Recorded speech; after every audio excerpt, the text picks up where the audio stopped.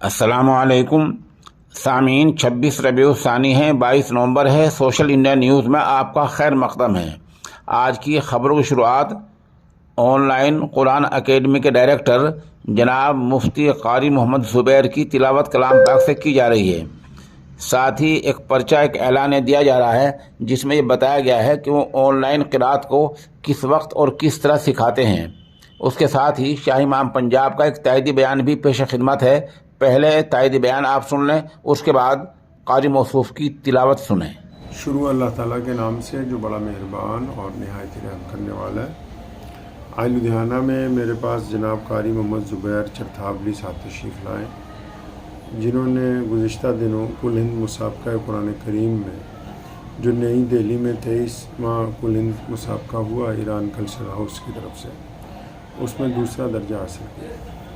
تو یہ بڑی خوشی کی بات ہے کہ قرآن پاک کو پڑھنے میں اور اس کے الفاظات کی ادائیگی میں ہمیشہ ہی ہندوستان کے مسلمانوں نے، علماء نے، حفاظ نے اور قراء حضرات نے نمایاں خدمات انجام دی۔ قرآن اللہ من الشیطان الرجیم، بسم اللہ الرحمن الرحیم، واللہ الذی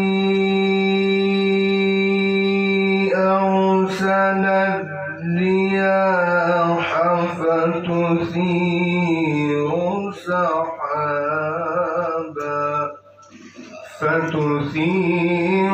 سحابا فسقناه إلى بلد ميت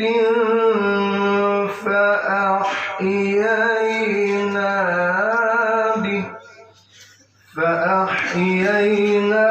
به الأرض بعد موتها كذلك النشور من كان يريد العزة فلله